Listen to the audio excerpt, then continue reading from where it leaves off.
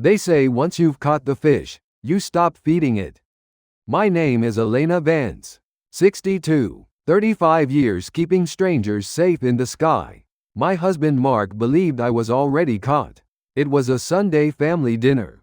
Mark slid a check across the table to his sister Sarah. For your new boutique, $10,000. Sarah threw her arms around his neck. Mark laughed. Then he handed my sister Emily a gift card. $50. Emily had given birth 7 weeks ago. At your age, Emily, you should be grateful for anything. I looked at Emily's face. She was smiling, trying not to show it hurt. That was the moment I stopped waiting for him to change. While I was flying to London, Mark withdrew $50,000 from my retirement account. He used my name, my signature forged. He knew exactly when I would be gone. Elena, stop being paranoid. His hand covered the notice. I received the diagnosis, stage 2 thyroid cancer. From the hospital ward, I called my husband with shaking hands. Mark, they found cancer. I'm at Sarah's gym. Can't this wait? I set the phone down on the plastic chair. I opened the joint account, the one I had funded through every London layover, every overnight flight, every holiday I missed. The balance was $12.42. I needed surgery. I had no money. The insurance premium had bounced. The medical claim came back denied. I had cancer, and I had nothing. His own voice, on the recording, I used the surgery fund for Sarah's car. Before we go any further, please hit subscribe, and let me know in the comments where you're watching from today. If you give this a like, good luck is coming your way. He forgot one thing. The woman who keeps planes in the air knows exactly how to land. The refrigerator hummed. That was the only sound in the Westchester kitchen at 4:15 in the morning, a low, steady drone that had become as familiar to Elena Vance as the cabin pressure changes. She'd spent 35 years navigating at 30,000 feet. She stood at the granite island in her robe, her flight bag still propped against the mudroom wall, where she dropped it 6 hours ago after landing from London. Her body hadn't decided yet whether it was on Eastern Time or Greenwich. Her feet knew the cold of the tile. That was enough orientation for now. The pre-dawn light from the range hood cast everything in amber. The copper pots hanging above the island. The row of ceramic canisters her mother had given them as a wedding gift, each one painted with a small blue bird. The stack of mail that had accumulated while she was gone, 3 days' worth, fanned across the end of the counter where Mark always left it. Meaning he'd seen it and decided it was her problem to sort. Elena moved to the refrigerator, not for food. Her body wasn't ready for food. She was reaching for her wallet on the top shelf of the door. Caddy, a habit she'd started years ago after misplacing it twice before early morning departures, and she needed her Medicare card. She'd scheduled a follow-up appointment at the endocrinologist's office, something about the results of last month's imaging that the nurse had described over the phone with a careful neutrality that Elena, after 3 decades of professional calm, recognized immediately as a performance. She pulled her wallet free and unfolded it. The Medicare card wasn't in its usual slot. In its place, folded in thirds and pressed flat, was a sheet of paper she didn't recognize. She drew it out slowly, the way you handle something you already suspect might be wrong. It was a 401k withdrawal notice, dated 11 days ago. Her name was printed at the top, alongside her employee ID from Transcontinental Airlines. The same number she'd had since she was 27 years old and first walked down a jetway in a pressed navy uniform that felt like a second skin. The withdrawal amount was $50,000. Hardship designation. Authorized. Elena set the paper on the granite island and stepped back from it, as if distance might change what it said. It didn't. The fluorescent glow from the range hood caught the edges of the document, and she read it again. Then again. The sum was not a typo. The authorization checkbox was filled. Her name was there, beneath a signature line. But the signature wasn't right. It had her first initial, her full last name, but the loop on the E was wrong. She'd signed thousands of documents in her career. Passenger manifests, safety reports, union acknowledgements. She knew the way her own hand moved across paper. This was not how her hand moved. Her palm pressed against the cold stone of the island, and she felt the chill travel up through her wrist and into her elbow. She stood very still. Outside, a car moved slowly down their street, headlights sweeping across the kitchen window, and for just a moment, the shadows rearranged themselves into something that looked like the interior of a plane, cabin seats, overhead bins. The long corridor of a 747 she'd walked so many times she could navigate it in complete darkness. Then the car passed. The kitchen came back. I told myself I was overreacting. The thought arrived fully formed, the way thoughts do at 4 in the morning when the house is quiet and your defenses haven't fully assembled yet. I told myself there was a reasonable explanation. That I had forgotten signing something. That the fatigue from London was distorting things. She was good at that. Elena Vance, 35 years of crisis management in the sky, the woman who had calmly walked the length of a pressurizing cabin with a fire extinguisher and a steady voice while passengers gripped their armrests. She was excellent, clinically excellent, at deciding that the alarming thing was actually explainable. She left the withdrawal notice on the island and walked to the kitchen window. The neighborhood was still. A neighbor's porch light was on across the street, its yellow glow pooling on wet pavement from last night's rain. The oak in their front yard had started to turn. October was doing its work and a few leaves clung damply to the window glass, amber and rust. Elena watched them without seeing them. She was thinking about numbers. $50,000. Their joint retirement account, which she had been contributing to since 1989, which carried her name first on every document because she was the one with the steady income. The flight benefits, the union-negotiated pension that Mark had once referred to at a dinner party as Elena's golden parachute, in a tone that had made their guests laugh and had made Elena stare at her wine glass. She heard footsteps on the stairs. Mark appeared in the kitchen doorway in his undershirt and sweatpants, his hair still carrying the impression of the pillow. He was 64 years old and had been handsome in the way that men of a certain type are handsome, broad-shouldered, easy smile. The kind of face that made people at parties lean toward him. At 4 in the morning, after 11 days of her absence, he looked like what he was, a man who had not expected to encounter his wife standing in the kitchen. He stopped when he saw her. Then his expression shifted, not dramatically, not in a way that would read as guilty to anyone who wasn't paying attention. Just a fractional recalibration, the jaw setting slightly differently, the eyes going to the counter. They went directly to the counter. He crossed the kitchen in 6 steps and picked up the pile of mail. His movements were unhurried, practiced. He slid the stack of envelopes and catalogs directly over the withdrawal notice. With the ease of someone who had thought about exactly this possibility and had decided, weeks ago, what he would do if it arrived. Elena. His voice was warm, morning rough. He finally looked at her. You're up early. Jet lag? Mark. She kept her voice even. I need you to look at something. Can it wait? He was already moving to the coffee maker, his back to her. You just got back from London.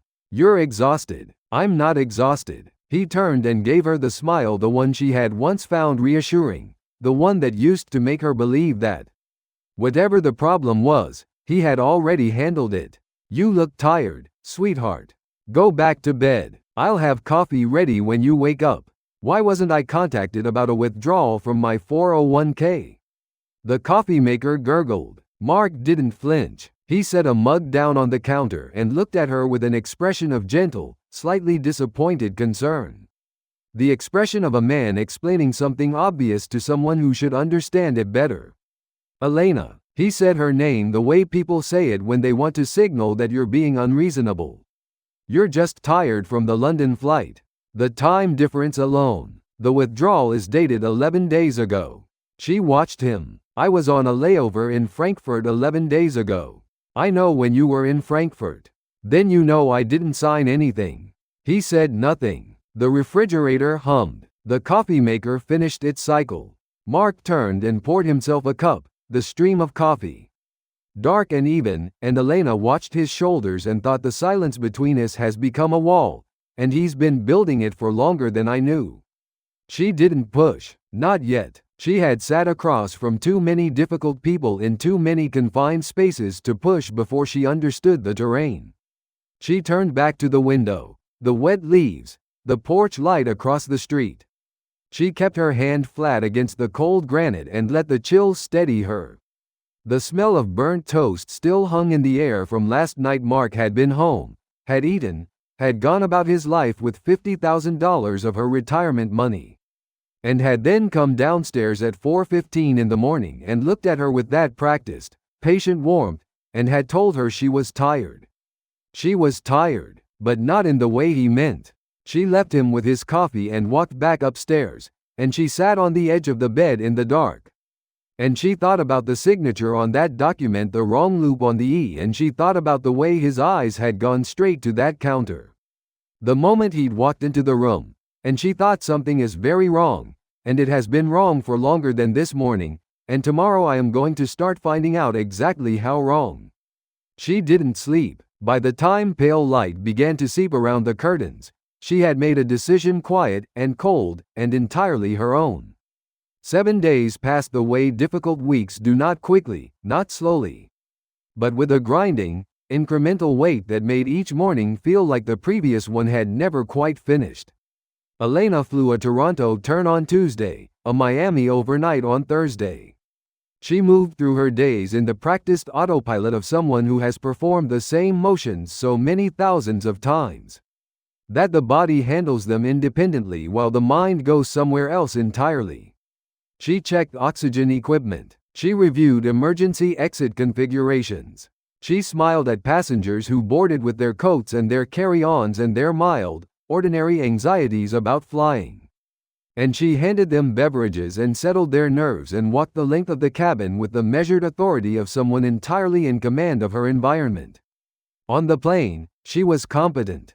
On the plane, she was herself. She came home to a house that had begun to feel like someone else's. The mail was always moved by the time she returned. She had noticed this now with the deliberate attention of someone who was paying a different kind of attention than before. Not moved to the recycling bin, not opened and sorted, just relocated. From the counter to a kitchen drawer.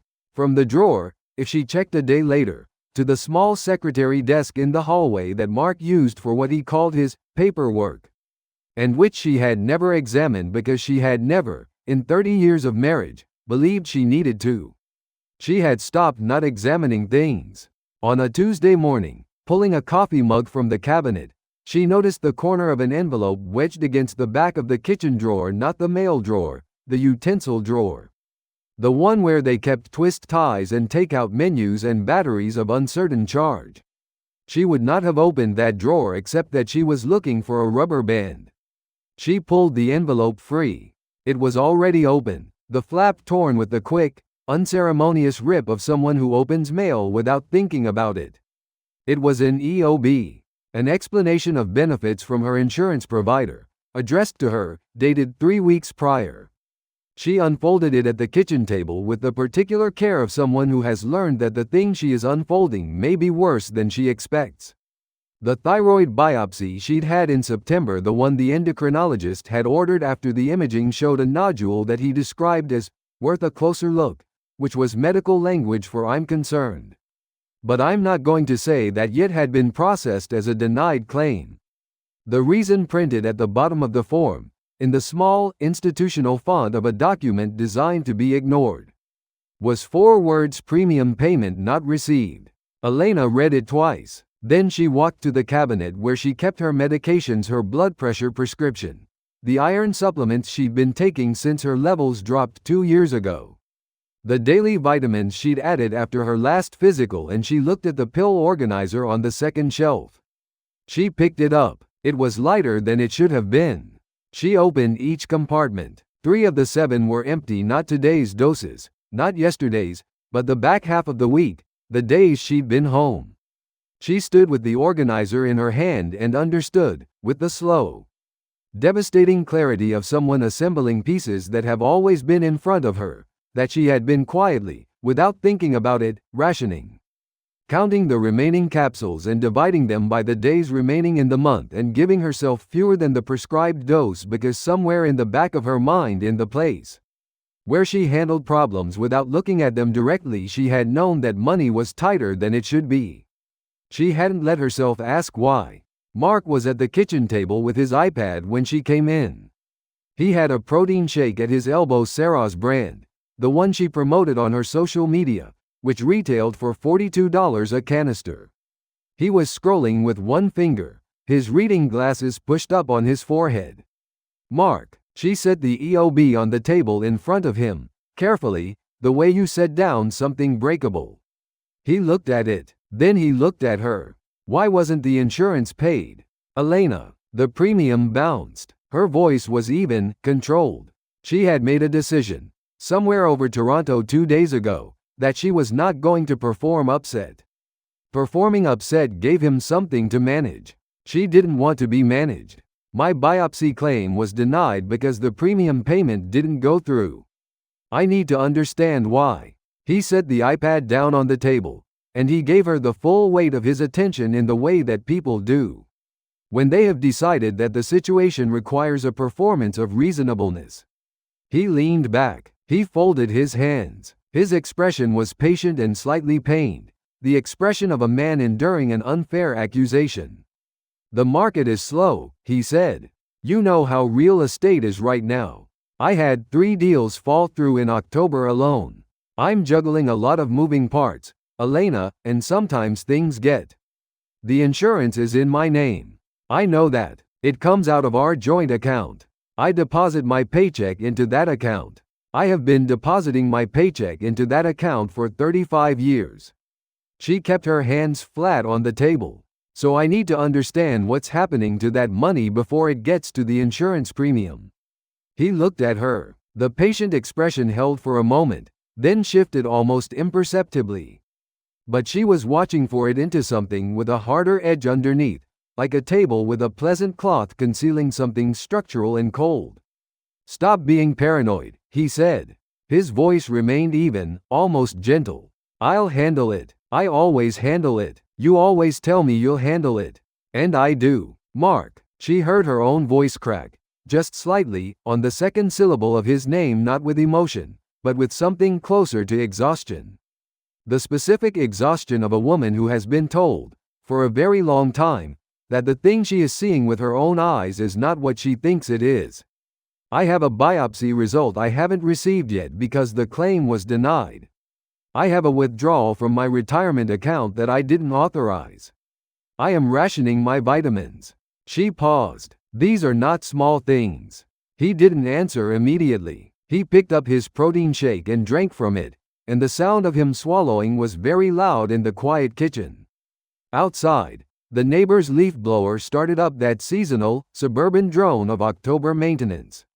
And the mundane normalcy of it felt almost obscene against the silence at the table. "You're under a lot of stress," Mark said finally. "The flying schedule, the biopsy, all of it. It makes everything feel bigger than it is." He stood, rinsing his glass at the sink, his back to her. "I'll look into the insurance today. You should rest." He left the kitchen. Elena sat at the table for a long time after. The EOB was still in front of her. She smoothed its edges with her thumb, the crease from being folded, the slightly soft paper of a document that had been in a drawer for 3 weeks. And she thought about the pill organizer on the shelf, and the withdrawal notice she'd found in her wallet, and the way his eyes had gone to the counter that first morning, and the way he'd said "stop being paranoid" in the same tone, with the same gentle patience, as if he'd said it before and expected to keep saying it. She thought about the biopsy. She had not let herself think about the biopsy, not really, not in the direct, clear-eyed way she thought about other problems. She had filed it in the same mental category as the rattling overhead bin or the passenger who'd been rude on the Frankfurt flight, something to be handled, contained, resolved with appropriate procedure. But sitting at the kitchen table, with the denied claim in front of her and the pill organizer on the shelf and no answer to where her money had gone, she let herself think about it properly, and the knot in her stomach tightened into something that had nothing to do with the illness itself. It was the realization arriving fully, finally, without the buffer of exhaustion or delay, that the safety net she had spent 35 years building had been cut. Not frayed, not weakened, cut, with intention and with patience, by someone who had watched her leave for London and Frankfurt and Toronto and Miami, and who had remained behind and used the time and the access and her trust, and who had then turned to her over a kitchen table and said the word paranoid with the face of a reasonable man. She gripped the edge of the table. Her knuckles went white before she noticed. She released her grip slowly, finger by finger, the way she'd been trained to release pressure in a pressurized environment, gradually, deliberately, maintaining control throughout the process. She folded the EOB and put it in her robe pocket. She was going to need a folder. The Sunday dinner was Emily's idea, originally. Emily Reed had the quality that younger sisters often develop when they grow up in the shadow of a more capable sibling. She was warm, unpretentious, genuinely delighted by small things, and she worked hard to maintain family occasions as if their continued existence required constant tending, like a garden that would revert to wildness the moment you stopped showing up with a watering can. She'd called Elena on a Thursday to suggest a proper Sunday roast, everyone together, something to lift the mood now that the weather had turned. She'd recently had her third child, a boy, 7 weeks old, still in the soft scold, mewling phase of infancy, and she wanted to show him off. Elena had agreed. She didn't know, then, what kind of Sunday it would turn out to be. She roasted a leg of lamb. She'd been cooking it the same way for 15 years, rosemary and garlic and a low oven for 3 hours. The smell filling the house by early afternoon in a way that used to feel like contentment and now felt like a stage set, warm and fragrant and professionally maintained. Sarah arrived 40 minutes late in the kind of athletic wear that costs more than most people's dress clothes, her phone already out and angled for content. The kitchen and its roasting smells immediately evaluated for their potential as a backdrop. "This is so cozy," Sarah said, by which she meant small. Mark materialized at Sarah's side with the ease of a man who has been waiting. He was freshly showered, his good shirt on, his posture different when Sarah was in the room. Slightly expanded, as if her presence inflated something in him that Elena's did not. They moved to the living room together, their conversation dropping to that particular register of private sibling shorthand that doesn't require lowering the voice so much as adjusting the frequency. Emily arrived with her husband and the baby, apologizing for the baby's timing in all things. She set the infant carrier on the kitchen table and looked around with the warm, hopeful attention of someone who has arrived, expecting a nice afternoon and is willing it into existence through the force of her own goodwill. They sat down to eat. The table held the lamb and the rosemary potatoes and the green beans Elena had blanched and dressed with lemon.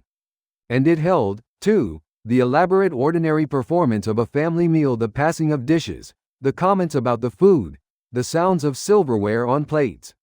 Elena sat at one end. Mark sat at the other. Sarah was at Mark's right, her phone face up beside her plate, which Elena had asked people not to do at this table for the last 15 years and had stopped mentioning approximately 8 years ago. The trouble began or became visible, which is different, about 20 minutes in. Mark pushed back his chair and reached into the inside pocket of his jacket, which he draped over the back of his seat. He produced an envelope, the kind of envelope that holds a check that specific size and weight that signals occasion. He set it on the table in front of Sarah with the manner of a man performing generosity, which is distinct from the manner of a man who is generous. "For the boutique," he said. "Seed capital from your biggest believer."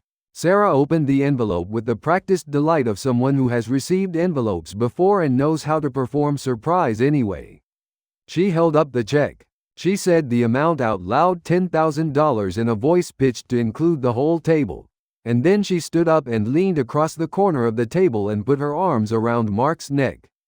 And he laughed the laugh of a man who is very satisfied with himself. Elena looked at the check. $10,000, she calculated, without meaning to, the number of transatlantic flights that represented in salary. The number of 4 a.m. wake-ups, The accumulated hours of managing pressurized aluminum tubes at altitude while other people slept. She said nothing. 10 minutes later, Mark reached into the same jacket pocket. The envelope, it seemed, had been prepared for a supporting act and produced a small, flat card. A gift card. He slid it across the table toward Emily with a smile that was technically warm, but carried, Elena noticed, a particular quality of condescension, the smile of someone who considers themselves to be doing more than is required. For the new arrival, he said. Something for the little one. Emily picked it up. She read the amount. Her expression underwent a small, private adjustment, the kind that happens in the face of someone who is well-mannered enough not to react, but honest enough not to entirely conceal the reaction. $50. An Amazon gift card. That's so kind, Emily said, because Emily was Emily. Well, Mark lifted his wine glass. At your age, Emily, you should be grateful for anything that comes your way. Babies are expensive. The table went quiet, not dramatically, not the silence of a scene in a film where everyone turns and stares. Just a slight, collective flattening of the ambient warmth, like a cloud passing in front of the sun on a pleasant day. Emily looked at her plate. Her husband looked at the lamb. Sarah scrolled her phone. Elena felt the blood move into her face.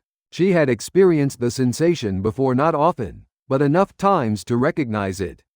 It was the specific heat of humiliation absorbed on someone else's behalf. The particular burn of watching a person you love be made small in public by someone who knows exactly what they're doing, and is relying on the social constraints of a family dinner to make the target absorb it without response. Mark knew Emily would not make a scene. Emily never made scenes. That was, in a way, the point. I watched them celebrate with my sweat and blood, Elena thought, and I was a ghost at my own table. She kept her fork moving. She kept her expression calibrated to the mild, pleasant neutrality of a woman who has not just watched her husband hand her sister a $50 gift card with a condescending remark while announcing a $10,000 gift to his own sister from funds that did not belong to him. She picked up her wine glass and drank from it, and over the rim she watched Mark and Sarah, and that was when she saw it. They were seated close together at Mark's end of the table, close in the private, conspiratorial way of people who share information the room is not supposed to have.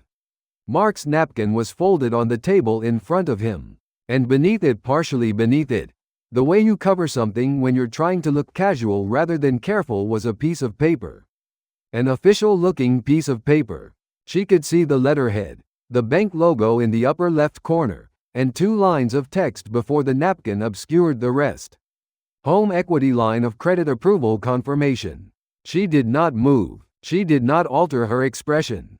35 years of professional composure in confined environments had given her a face that could register exactly what she chose to show and nothing she didn't. She let her gaze drift away from the napkin as naturally as it had arrived, back to her plate. And she cut a piece of lamb with the steady hand of someone going about her dinner. But she had seen it. Sarah leaned toward Mark and said something in a low, pleased voice, and Mark tucked the letter deeper under the napkin, and Sarah laughed. The short, bright, self-satisfied laugh of a woman who considers herself charming, and Elena ate her lamb. Their house. The house she had paid the mortgage on for 26 years while Mark's real estate ventures cycled through phases of optimism and failure. The house with the granite island and the copper pots and the ceramic canisters her mother had painted. The house whose equity, whose accumulated decades of her own financial dependability, was apparently now a resource being discussed under a napkin at her dinner table, in the same hour that her husband had given her sister $50 and called it generosity. She looked at Emily, who was focused very carefully on her food, with the dignity of a woman who has decided to let something go rather than dignify it with a response. She looked at the baby in his carrier on the sideboard, sleeping with the magnificent indifference of the very young to the character of the room he has been brought into. She looked at her own hands, steady, precise, the hands that had managed safety equipment at altitude, and administered first aid at 30,000 feet and signed 35 years of professional documents, and she thought something has to change. And it is going to change because I am going to change it, and it will happen quietly, without a scene, without giving him the warning of a reaction. The rosemary smell hung over the table, sharp and sweet and completely indifferent to what was happening beneath it. Elena finished her dinner. She cleared the plates. She said all the appropriate things. And she began, in the quiet interior where she did her real thinking, to plan. The oncology waiting room at Westchester Medical had the particular quality of rooms designed to feel calming that achieve instead a kind of aggressive neutrality. Soft gray walls, chairs upholstered in a muted blue-green that the designer had probably called seafoam or tranquil in their proposal. A watercolor print of a lighthouse on the wall above the magazine rack. The magazines themselves arranged with the careful fanfare of a display no one ever disturbed. The fluorescent overhead lights were on a diffuser that turned them slightly warm. Which was better than cold but still left everything looking slightly underwater. Elena sat in the third chair from the window. She had arrived at 9:15 for a 9:30 appointment and had been waiting now for 40 minutes. Which in her experience of medical waiting rooms was ordinary, and which she had spent with her hands in her lap and her eyes on the lighthouse print in her mind. Performing the controlled, methodical containment of fear that she had long ago learned was the only useful response to situations beyond your immediate influence. She'd had the biopsy 6 weeks ago. The follow-up had been delayed once because of her schedule and once because the oncologist, Drive Marchetti, had a conference in Chicago. Today there was no conference and she had arranged her schedule and she was here. The nurse called her name at 10 past 10. Dr. Marchetti was a compact, careful man with wire-rimmed glasses and the habit of looking at his patient rather than his screen when he spoke. Which Elena recognized as a trained behavior that still, despite being trained, communicated respect. He had a folder open on his desk when she sat down. He folded his hands on top of it. She knew before he spoke. Not from the folder, not from the folded hands. She had simply spent enough of her life in proximity to bad news to recognize the specific quality of silence that precedes it. The half-second of additional stillness before the words arrive. She'd used it herself, in the back galleys of planes, gathering herself before delivering information she was required to deliver calmly. The biopsy confirmed what we suspected, he said. Stage 2 thyroid cancer, papillary, which is the most treatable form. I want you to hold on to that. But we need to move quickly, and we need to talk about your surgical options today. She nodded. He talked. She listened with the focused, note-taking attention she brought to safety briefings, registering the relevant information, the surgical timeline, the recommended approach, the follow-up treatment, and storing it in the orderly way she stored the things she needed to act on. She asked 3 questions. She wrote 2 things down on the notepad she'd brought. Dr. Marchetti answered her with the directness of someone who has assessed that his patient would rather have information than insulation. When she left his office it was 11:23. She sat in her car in the parking garage for several minutes without starting the engine. The garage was dim and smelled of exhaust and concrete and the particular cold of covered spaces that never get direct sunlight. And she sat in it and looked at the gray wall in front of her and let herself have, for a brief and private moment, the unmanaged version of the reaction she had been containing since she sat down in Dr. Marchetti's chair. Her hands were in her lap. They were not steady. Then she picked up her phone. She called Mark. It rang 4 times and went to voicemail. She hung up and called again. It rang 3 times. He picked up. Elena. His voice had the slightly distracted quality of someone who has answered while doing something else. I'm at the hospital, she said. I just came out of the oncologist. A pause. Not long, 2 seconds, maybe 3. But she counted it. And, she told him. The silence that followed was different from the pause before it.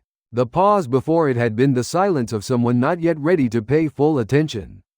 This silence had a quality she could not name precisely, but recognized as the silence of a man reorganizing information rapidly, without announcing the reorganization.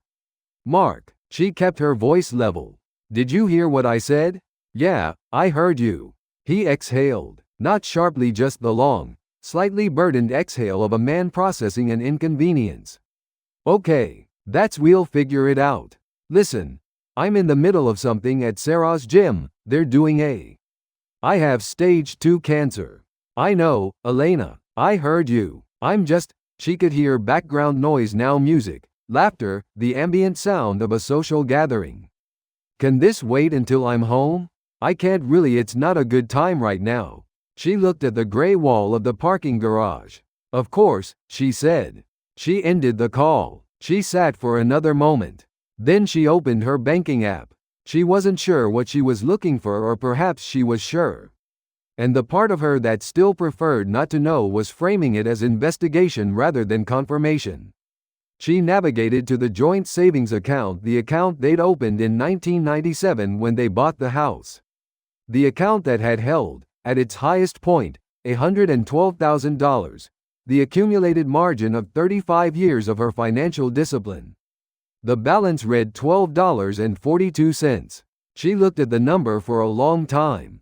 $12.42. Around her, the parking garage existed in its ordinary way, a car pulled in 2 rows over, its headlights sweeping briefly across her windshield, the driver emerging and walking away without looking at her. A concrete pillar, a painted arrow, the ordinary infrastructure of ordinary days. She put her phone face down on the passenger seat. She was 62 years old. She had stage 2 thyroid cancer. She had $12 in her joint savings account. She was sitting in a hospital parking garage after calling her husband with a diagnosis and being told it wasn't a good time, and somewhere across town Mark was at his sister's gym. While the money Elena had spent 35 years earning had been reduced to $12.42. I stared at the white ceiling in the consultation room, she thought, and understood something I had been refusing to understand for a very long time. She was not his wife. She was his financing mechanism. She was the income that paid the mortgage and the premiums and the grocery bill and the protein shakes and the checks made out to Sarah's boutique. She was the name on the accounts, the signature on the documents, the body that got up at 4 in the morning and caught early flights and came home to a kitchen that smelled of burnt toast. And a husband who slid mail over documents he didn't want her to see. She was the interest-free loan that had been running for 30 years and had recently, apparently, been fully drawn down. She had spent 35 years managing emergencies at altitude for other people. She had told passengers to assume the brace position. She had administered oxygen masks and delivered calm and maintained the appearance of control in situations that had no control in them, and she had done it because it was her job and because she was good at it. And because she believed that her competence, in some fundamental way, protected the people in her care. It had not protected her. She picked her phone back up. She called Emily. Emily answered on the second ring, her voice carrying the particular warmth and slight breathlessness of a woman managing a newborn and a phone simultaneously. I need to tell you something, Elena said. And I need to say it before I decide I should handle it alone. So I need you to listen before I change my mind. Emily listened. When Elena finished, the line was quiet for a moment. Then Emily said, with a fierce, uncomplicated certainty that her sister had always been better at than she was, "You're not handling this alone. Tell me where you are." Elena gave her the address of the parking garage. She started the car. The engine turned over easily, reliably, the way things you have maintained with care tend to behave. She sat with it running for a moment before pulling out of the space. She had cancer. She had $12. She had a husband who was currently at a fitness class while she absorbed this information in a parking garage.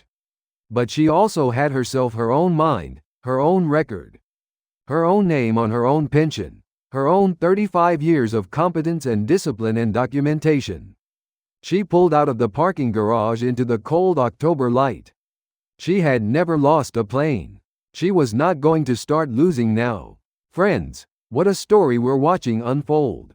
Elena has given 35 years of her life to the sky and came home to find her savings gutted, her insurance canceled, and a husband who couldn't be bothered to answer the phone when she called with a cancer diagnosis. $12. That's what was left in the account she built. But here's what Mark doesn't understand yet: the woman who managed emergencies at 30,000 feet hasn't even started fighting back. She's been watching. She's been collecting. And she is about to show him exactly who he married. Stay with us, friends. The second half of Elena's story is where things get very, very interesting. She wore her wedding ring to the hospital and drove home without it. She hadn't made a decision about it, not consciously. She'd been in the car, stopped at a red light on Bronxville Road, and she'd looked down at her left hand on the steering wheel, and the ring had been there, and something about the sight of it, the gold band, the small diamond, she'd chosen herself because Mark had asked her to pick something she liked. Since he wasn't sure of her taste, had felt suddenly and completely wrong in a way that required action rather than contemplation. She'd pulled over. She'd slid it off her finger. She'd put it in the cup holder where it sat, small and bright, for the rest of the drive. She left it in the cup holder when she got home. The house was empty. She moved through it the way she moved through familiar spaces when she needed to think, not aimlessly, but without a specific destination. The motion itself being the point, the body working while the mind assembled. She walked through the kitchen, the living room, upstairs to the hallway, back down. The house was their history, arranged on shelves and hung on walls, the photo from their honeymoon in Portugal. The small painting she bought at a street market in Budapest on a layover. The quilt on the guest bed that his mother had made and given them one Christmas. She stood in the hallway for a moment and looked at the Portugal photograph. Mark at 34, squinting into the Lisbon sun, his arm around her.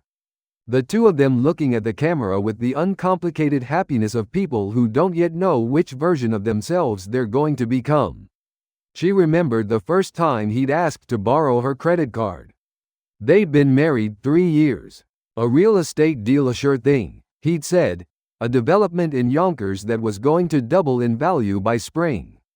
She'd handed it over without hesitation, because that was what you did, and because she trusted him. And because the idea that her trust might be a resource rather than a gift had not yet occurred to her. The deal had not doubled. The card had carried a balance for 8 months. She remembered the hushed phone calls with his mother, always in the kitchen, always brief, always ending before she walked in. She remembered the receipts she'd found in jacket pockets and had not examined closely because she'd had a long flight and an early morning ahead. And the receipts had seemed like something that could be addressed later, and later had never quite arrived. She remembered the flight bonuses, the quarterly performance payments she received from the airline. Substantial enough to matter, which she had transferred into the joint account without ceremony. Because they were married and what was hers was theirs, and she had believed, genuinely believed, in the symmetry of that arrangement. The memories were not comforting. They were, she understood now, a map. Every road on it led to the same destination. Every decision she'd made in the spirit of trust and partnership had been a road on a map she hadn't known she was navigating toward this particular place. A hospital parking garage, a phone call, $12.42. She touched her wedding ring finger. The absence of the ring felt like something, not loss exactly, but a change in atmospheric pressure. An altitude shift, the way your ears feel when a plane descends and you haven't equalized yet. She needed to equalize. She sat down on the hallway stairs and she thought about the POA documents she'd found reference to in Mark's desk drawer when she'd looked, 2 weeks ago. She'd only seen the tab, not the contents, and she hadn't understood it then, had filed it under investigate this and moved on. She thought about the HELOC letter she'd seen under his napkin at the Sunday dinner. She thought about the insurance premium and the retirement account and the $12. She thought about the woman in the Portugal photograph, handing over her credit card for the first time. The pattern was there all along, she thought. I was just too busy flying to see it from the ground. She was on the ground now, and she could see exactly where she was standing. She went upstairs and opened her laptop. She found the number for an attorney, a woman she'd heard mentioned at a union meeting 3 years ago. Someone who handled financial disputes and marital asset cases. Someone whose name had been spoken with the specific respect people reserve for people who win. She wrote the number on a notepad. She looked at it for a moment. Then she picked up the phone. Her voice, when the receptionist answered, was steady and precise and entirely her own. "I need to schedule a consultation," she said. "And I'll need to bring documentation. I have quite a bit of it." She did not cry. She did not waver. She had spent 35 years being the calmest person in the building when things went wrong. She was not going to stop now. Anger is a quiet thing, when it is the right kind of anger. Not the hot, reactive kind, the kind that announces itself and gives the other person time to prepare and find their footing. Elena had seen that kind of anger in airplane cabins, the raised voice and the flushed face. And she had learned that it was mostly performance, the emotion running ahead of the intention, spending itself before it could be useful. She had, in her professional life, talked more people down from that kind of anger than she could count. The kind she was operating on now was different. It was cold and structural. It had a floor plan and a timeline. It did not announce itself. She started on a Wednesday evening while Mark was at a networking dinner. She had stopped parsing his explanations, simply noting them as time windows during which the house was hers. She had 2 hours, possibly 3. She knew what she was looking for now, which was different from the earlier weeks when she'd been looking without knowing what she was looking for. Mark's laptop sat on the secretary desk in the hallway, the one she had not opened in 30 years of marriage. She sat down in front of it. The password was his sister's name and their wedding anniversary. She had seen him type it from across the room once, without him knowing she was paying attention, and filed it in the same part of her memory where she kept gate numbers and emergency procedures. The things you commit to memory because you might need them. The machine opened without resistance. She went directly to his documents folder. She had a legal pad beside her and she was writing things down, not frantically, not with the reckless speed of someone afraid of being caught, but with the methodical notation of someone gathering evidence for a specific purpose. File names, dates, amounts. She photographed the screen with her phone for each document she couldn't print. The first thing she found that stopped her entirely was a PDF in a folder labeled Estate Planning. It was a power of attorney document. Her name was on it not as the grantee, but as the grantor.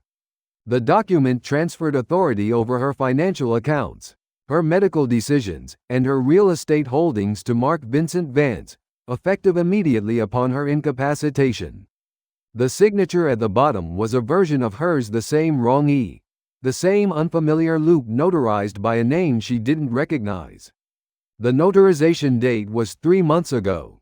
3 months ago she had been on a transatlantic rotation. She had not been in a notary's office. She sat with that document for a long time. Then she wrote the attorney's name on her legal pad and underlined it. She kept looking. The second thing was an email thread, 7 messages. The most recent dated 2 weeks prior between Mark and 3 different people, none of whose names she recognized. The emails discussed her cancer diagnosis, her prognosis, the likelihood of her being able to continue working. In the most recent message, Mark had written the situation is more serious than she's letting on. We're under significant financial pressure as a result. Any help would be deeply appreciated. The emails were addressed to neighbors. 2 of them she knew, the Hendersons, who had brought them a casserole in September, and David Morse, who had lent Mark money twice before and had never, to Elena's knowledge, been repaid. He was soliciting sympathy loans using her cancer as a funding mechanism. She read the emails twice. She photographed each one. She found the HELOC paperwork next the complete file, the approval letter she'd seen the corner of at the Sunday dinner. Their home equity, $420,000, approved as a line of credit, with Mark listed as the primary account holder and Elena listed as a co-borrower on the basis of a joint application form she had not submitted. Her information was accurate, her income, her credit score, her employment history. It had all been accurate enough to approve the application. The signature was the same wrong signature. She closed the laptop. She sat in the hallway with her legal pad on her knee and looked at what she'd written. She had gone into this evening knowing that something was wrong. She came out of it knowing that the something had a shape and a scale, that it was not disorganized financial recklessness, but deliberate, sustained, documented fraud, built on her name and her income and her absence, assembled over months or possibly longer while she was at 30,000 feet. She met with the attorney Patricia Nguyen, whose name had been spoken at that union meeting with the specific gravity of someone who wins on a Friday afternoon at an office on White Plains Road.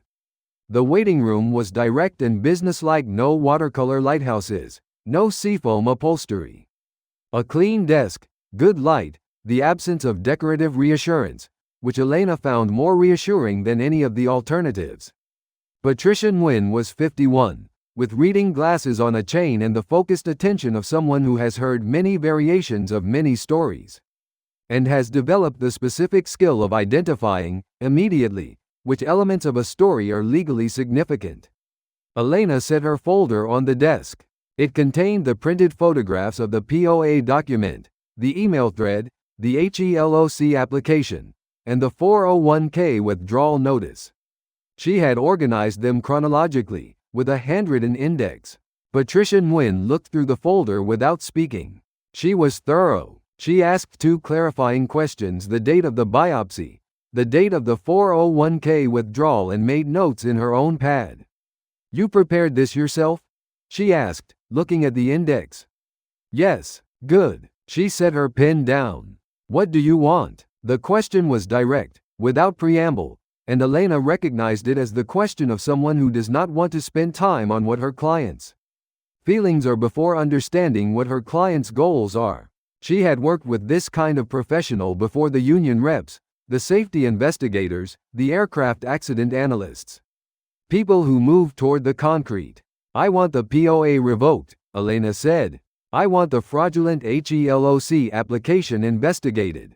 I want the retirement withdrawal recovered. And I want documentation of all of it." She paused. "I also want to know what I can do about the fact that he used my cancer diagnosis to solicit money from our neighbors." Patricia Nguyen looked at her with the slightly appraising expression of someone encountering a client who has done their own preparation. "That last piece is potentially criminal," she said. "Wire fraud, depending on whether he received money." "Did he? I don't know yet." "Find out." She made another note. "And keep your phone on you. I'm going to want a recorded conversation if you can get one, something where he acknowledges the surgery fund specifically." Elena nodded. She got the recording 4 days later.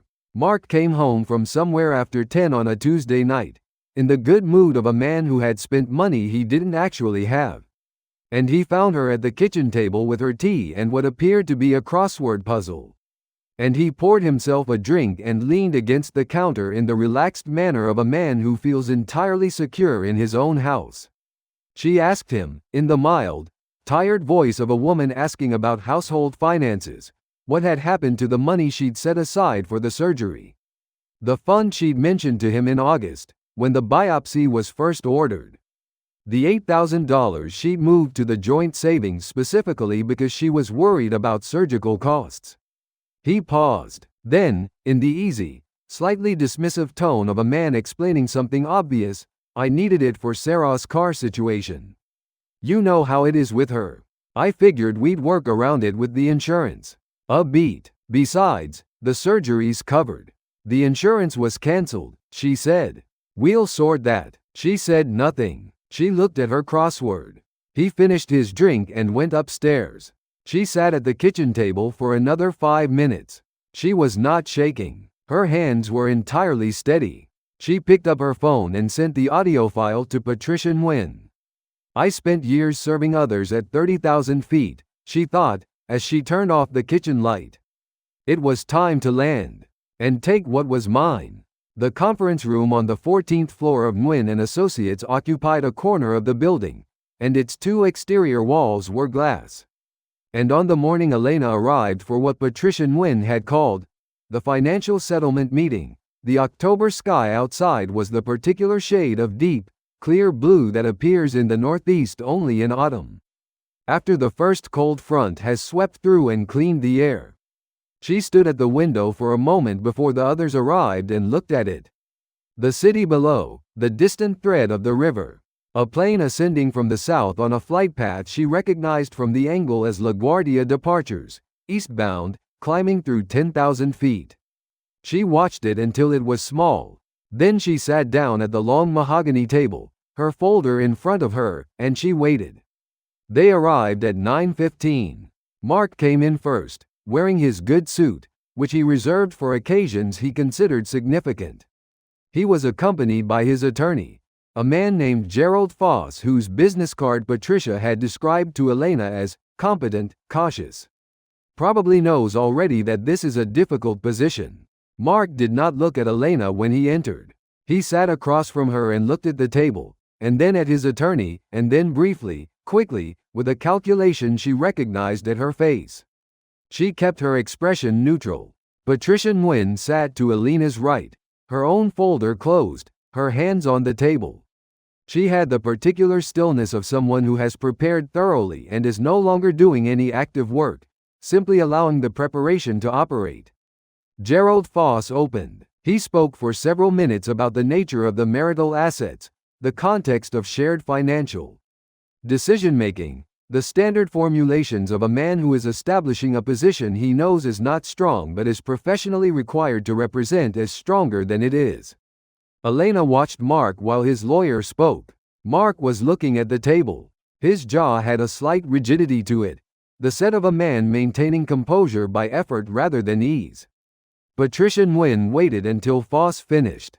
Then she opened her folder. She placed 3 documents on the table, face up, spaced apart with a precision that was deliberately unhurried. The POA, the HELOC application, the 401k withdrawal notice. Before we discuss asset distribution, Patricia said, in the measured, entirely pleasant tone of a woman laying down a straight flush, I'd like to clarify the legal status of these 3 instruments, all of which were executed in my client's name without her knowledge or authorization, and all of which constitute, under New York state law, forgery and fraudulent misrepresentation. Gerald Foss looked at the documents. He picked up the POA and read it with the focused attention of a man encountering information he had not been given by his client. His face did not change, but something in his posture changed, a slight contraction, the adjustment of a man recalibrating his position. Mark looked at Elena for the first time since entering the room. She met his gaze. She kept her face entirely still. Additionally, Patricia continued, setting a printed packet on the table, the email thread, photographed and paginated. My client has documentation of a series of communications in which her husband solicited loans from neighbors and personal contacts, using her cancer diagnosis as a basis for financial sympathy, without her knowledge or consent. The total amount solicited was approximately $23,000, of which $12,000 was received. This constitutes wire fraud under federal statute. Mark's attorney put down the POA. He cleared his throat. He looked at Mark with the expression of a lawyer who is revising, in real time, the nature of his professional engagement. There is also, Patricia said, her tone unchanged, as pleasant and precise as it had been at the beginning, an audio recording, obtained legally, in which Mr. Vance explicitly confirms that funds designated for his wife's cancer surgery were redirected to purchase a luxury vehicle for his sister. I'm prepared to submit this to the DA's office if the financial restitution discussion does not proceed constructively. The room was quiet. The morning light came through the glass walls and fell across the mahogany table, across the documents arranged in their deliberate spacing, across Mark's face, which had undergone, in the last 4 minutes, a draining process, the color leaving it the way color leaves a room when the light changes. He was the gray-white of a man who has built something on a foundation he believed was invisible, and has discovered, this morning, in a 14th-floor conference room with a view of the October sky, that it was never invisible at all. Today, Elena said, it was the first time she had spoken since the meeting began. Both attorneys and Mark looked at her. Today, she said again, the law wrote in ink what my heart has been shouting in silence. She said it quietly, without performance, without the slight elevation of voice that would have made it dramatic. She said it the way she announced turbulence at altitude, clearly, accurately, without unnecessary emphasis. The information was sufficient. It did not need decoration. Mark opened his mouth. She looked at him and he closed it. The bank received the filing by 3 o'clock that afternoon. Mark's accounts, personal, business, and the joint account he had reduced to $12 were frozen pending investigation. The HELOC, approved on the basis of a fraudulent application, was flagged for review and suspended.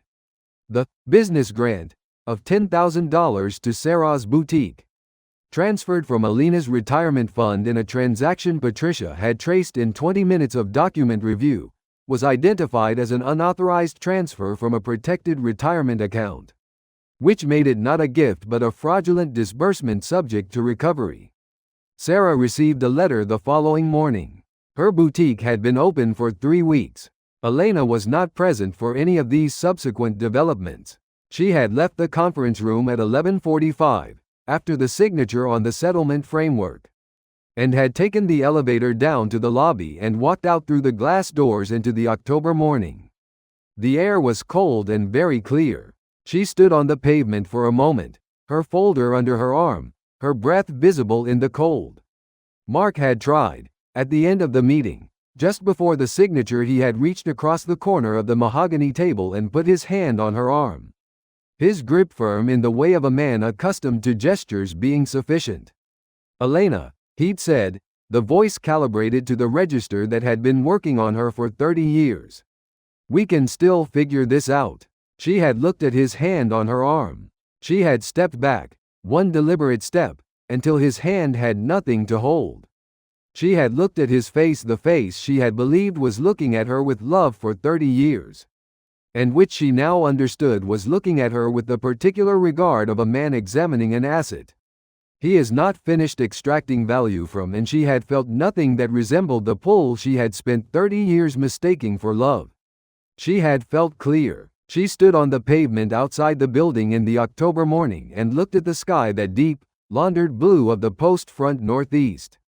The particular shade that means the air is clean and the visibility is unlimited, and she thought about the plane she'd watched ascending from LaGuardia, climbing through 10,000 feet, its nose pointed east. For once, she was not thinking about being on it. For once, the ground was exactly where she wanted to be. The paperwork had protected her.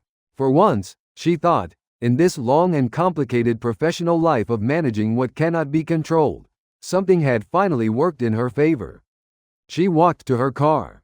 6 months later, spring came early to Westchester. Elena noticed it on a Tuesday morning in late March, the forsythia along the back fence of her new building, suddenly blazing yellow, as if they'd made a decision overnight and gone through with it before anyone could object.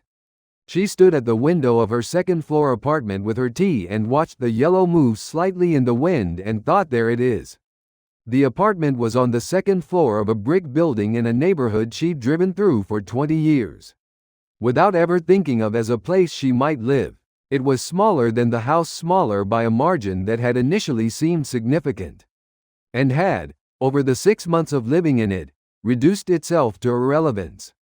The light was good. The ceilings were high enough. The kitchen had a window that looked west and caught the afternoon sun, and she had put herbs on the sill, basil, mint, flat-leaf parsley, and they had all survived the winter. She considered this a meaningful indicator. She had signed the lease in October, 3 weeks after the conference room on the 14th floor. She had signed her own name, in her own handwriting, with her own pen, a detail she would not have considered significant in any previous period of her life, and which had, in the moment of signing, produced a sensation she could only describe as physical relief. As if something that had been held under pressure had been allowed, finally, to decompress. The scratch of the pen had sounded, to her, exactly like beginning. Her remission had been confirmed in January. Dr. Marchetti had used the word complete and had accompanied it with the particular restrained satisfaction of a careful man whose careful work had produced the result he was hoping for but had been professionally unwilling to promise. She had shaken his hand. She had sat in her car in the hospital parking lot, the same garage, different parking space, and had allowed herself, briefly and privately, the full version of the relief she'd been containing since October. Then she had driven to Emily's house and eaten dinner with Emily's family. The 3 children and the husband and the 7-month-old who was no longer mewling but had graduated to a phase of enthusiastic investigation of all reachable surfaces. She had not cried at dinner, but she had held Emily's baby for a long time, and the weight of him in her arms had felt like something specific. Like the specific ballast of things that are actually, concretely good, as opposed to the things you have told yourself are good because the alternative explanation is one you weren't ready for. Mark was living in a studio apartment in Yonkers. Patricia Nguyen had given her this information not as news but as a factual update, the way you report the resolution of a case item. The debt he'd accumulated, the fraudulent HELOC, the retirement fund withdrawal, the sympathy loans from neighbors had been assigned to him in its entirety in the settlement, which was the only outcome available to someone whose legal exposure was sufficiently documented. The criminal investigation was ongoing. Elena did not track it closely. She had given Patricia the authorization to manage that process and had turned her attention elsewhere. Sarah's boutique had closed in November. Elena was aware of this in the way she was aware of weather events in cities she no longer flew into, noted, but not her concern. She had retired from Transcontinental Airlines in February. 35 years, 2 months, and 11 days of service. Her union pension was fully vested, entirely hers, inaccessible to anyone whose name was not Elena Marie Vance. She had attended her retirement ceremony in the same pressed navy that had felt like a second skin since she was 27, and her colleagues had stood in the back lounge of a 747 that was being taken out of service the same month and had raised plastic cups of champagne and said her name, and she had felt not nostalgic, exactly, but full. Completed, like a journey that had gone exactly as far as it needed to go. On Saturday mornings now, she drove to the community center on Mamaroneck Avenue, where a nonprofit called the Financial Literacy Coalition ran sessions for adults over 60. She had found them through an internet search, the kind of direct, purposeful internet searching she'd been doing since October. No more letting things accumulate in drawers. No more allowing confusion to sit untended because there was a flight to catch. She had walked into their Saturday session the first time with the folder she'd compiled for Patricia Nguyen, and the woman running the session, a retired CPA named Beverly who wore reading glasses on a beaded chain that was the most aggressively cheerful beaded chain Elena had ever seen, had looked at the folder and said, "You should be teaching this." She was teaching it now. Not formally. Beverly ran the formal instruction, the explanations of EOBs and Medicare eligibility and 401k protection and joint account structures. Elena ran the second hour, which Beverly had started calling the Real Talk Hour, in which she sat with people and asked them the questions she wished someone had asked her. Is your name the first name on your retirement account? Do you know the password to your own insurance portal? When did you last look at your own credit report? The people who came to the sessions were mostly women, mostly in their 60s. Mostly with the particular expression of people who had been managing with great competence everything they had been told was their domain, while someone else managed, with considerably less competence and considerably more self-interest, everything adjacent to it. She recognized them. She had been them. On a Wednesday afternoon in late March, she stood at her west-facing kitchen window with her tea and watched a plane cross the sky above the building, a wide body, ascending, eastbound from LaGuardia. She watched it until the landing gear retracted, until the flaps came up, until it was a clean silver shape rising through the blue. She had spent 35 years being on the planes. She had ridden in jump seats in the back galleys and looked out small porthole windows at the cities below, and the clouds above and the deep dark between them, and she had felt, most of the time, as if the sky was more her territory than the ground. The plane continued its climb. It shrank. It disappeared into the eastern blue. She was not on it. She was here, with her herbs on the windowsill and the forsythia blazing yellow outside, and the tea warm in her hands and the scratch of her own pen on her own lease in the file drawer behind her, and she was entirely, completely, with no qualification, exactly where she was supposed to be. At 62 years old, she had learned the thing that certain lives are specifically designed to teach, that starting over is not the evidence of failure. It is not the consolation prize for people who couldn't hold on to what they had. It is the thing that becomes available only after you have stopped pretending that what you are holding is worth holding. She had held it for 30 years. She had mistaken endurance for love, and loyalty for wisdom, and the absence of conflict for the presence of peace. She knew the difference now. She set her tea down on the windowsill beside the basil. She picked up her pen. She had a session to prepare for Saturday. Friends, we've come to the end of Elena's story. And what a journey it was. A woman who spent 35 years keeping other people safe at 30,000 feet. Came home to find that the one person she'd trusted most on the ground had been quietly, systematically, taking everything she'd built.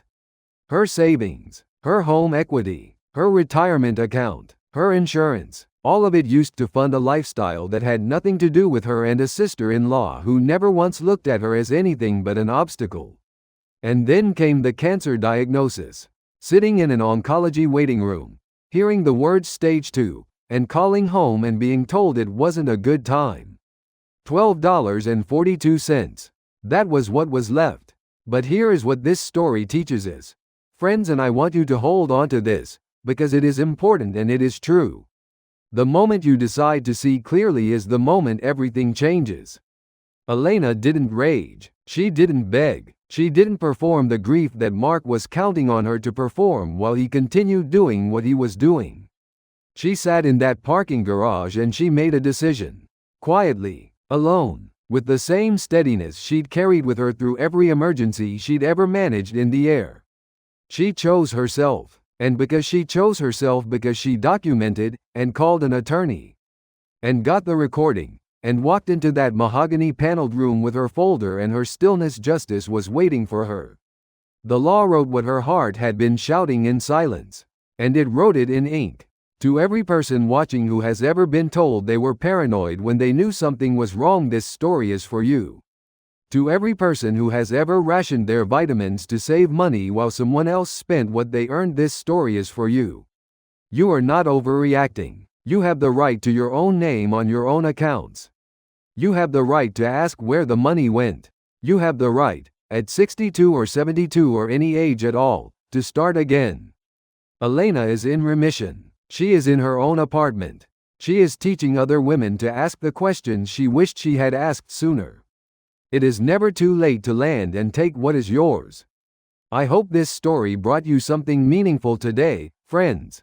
Something you can carry with you. And if it did, please subscribe and hit that like button. We'll be here with another story that matters.